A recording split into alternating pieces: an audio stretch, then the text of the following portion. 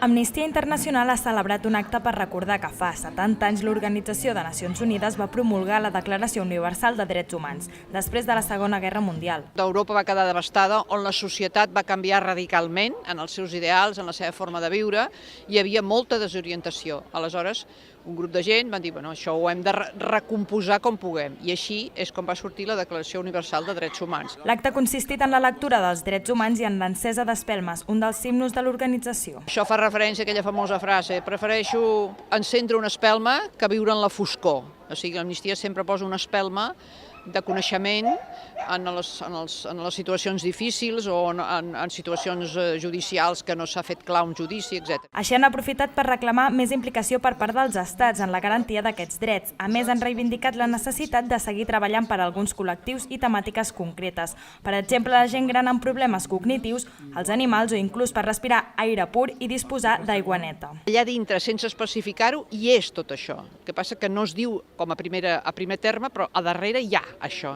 Tenim dret a la salut, doncs això implica aigua neta, aire net, etc. Tenim dret a una vida digna, doncs fins al final, tota una sèrie de coses que no es diuen però que s'entreveuen. Demanaria als estats que la major part han firmat aquest acord que el compleixin. Mira, una cosa tan senzilla com això. Es firmen coses que després no es compleixen. Per les pressions, per les circumstàncies, pel que sigui. No hi ha un interès per part de les èlits que això es compleixi.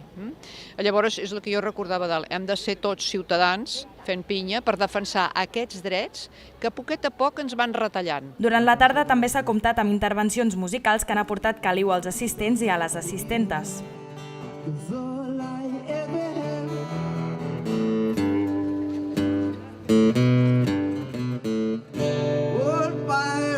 Yes, there are boys